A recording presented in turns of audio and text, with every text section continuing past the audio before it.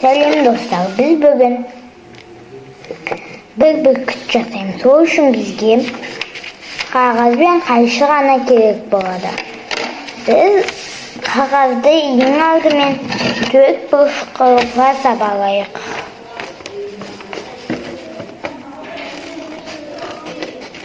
Формасы қандай болса да бәрібір.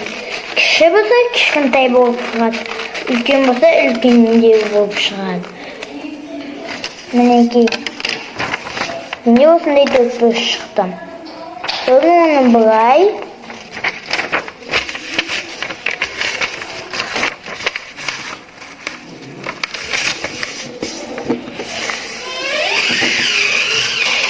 және былай бүктейміз. Міне бізде мынандай ортасы қалып қойды. Біз осы жерін басып қалған кезде ол былайынан болып қалады. Біз оны былайынан бүктейміз. Міне көріп тұрғандарыңыздай осындай болып қалды. Сосын былайынан да бүктейміз.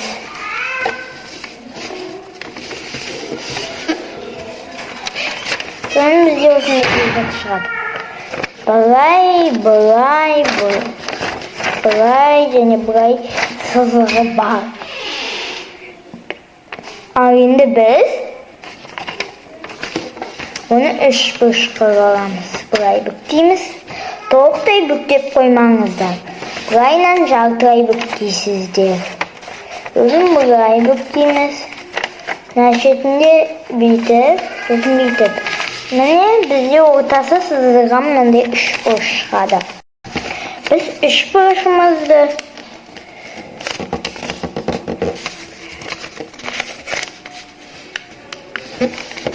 былайынан бүктейміз. Сосын ашып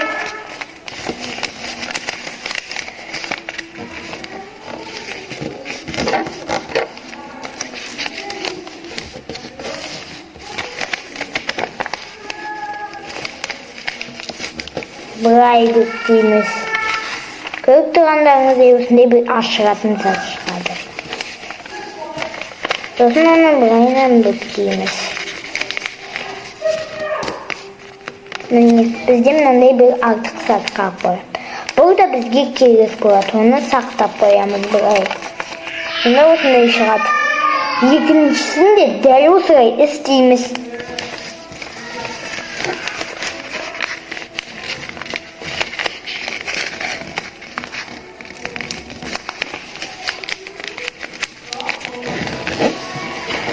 Сіздер мына шеттерінде істеп қойып жүрмеңіздер. Оларды істемей былайынан бүктейміз. Міне, бізде мынандай ортасы, былайынан бүктелген ортасы бір зат шығады. Біз соны былайынан төменге қарай бүктейміз. Сіздер былай бүктеп қойып жүрмеңіздер. Бұл қате.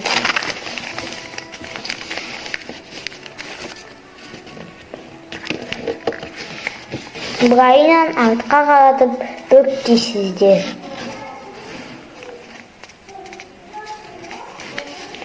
Екінші жағында дәл солай жасаймыз. Міне, бізде осындай бір зат шығады. Сосын оны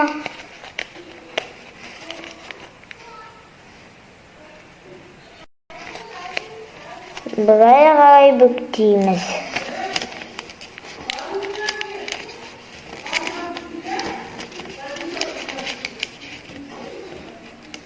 Былай қарай бүктейміз.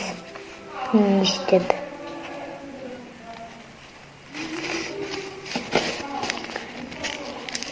Сосын ашып, оны бүктелген жерін ішіне қарай тығып жібереміз. Сіздер толықтай тығып жүрмеңіздер. Оның аяғы болу үшін біз былайынан жасаймыз. Екінші жағында дәл солай жасаңыздар.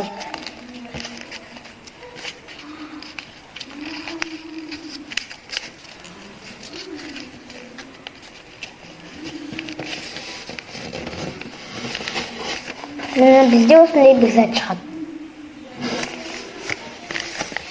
Sosun kanatında mындай bir zattар болады bizde ya. Biz onu altına qarай büktüğümüz. Ekranda alt qarай büktüğümüz. Сол кезде бізден бір мынандай зат шығады.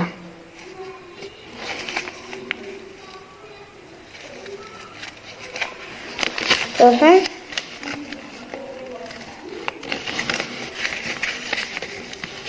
райынан бүктейміз. Бізде бір зат шығады осындай. Екінші жағында дәл осылай жасаймыз.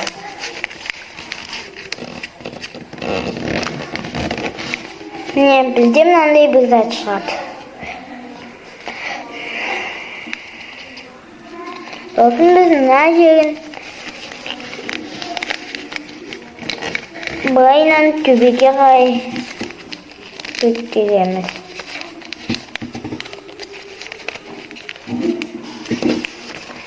Міне бізде бір мынандай зат шығады. Өте қызық. Бүркітке де ұқсамайды. Сосын біз былайынан бүктейміз. Міне. Сіз негізі бағанша үлкенде оқылған дұрыс. Міне осындай шығады. Сосын былайынан бүктеп ішіне қарай. Сосын аздап шығарып қоямыз. Ол біздің бүркітіміздің басы болады. Егер олай істей алмасаңыздар, осылайынан қоя салсаңыздар болады. Мен олай істей алмадым, осылай қоя салам. Бізде мынандай бүркіт шығады. Біздің бүркітіміздің көзі жоқ. Біз қазір оған көз жасаймыз.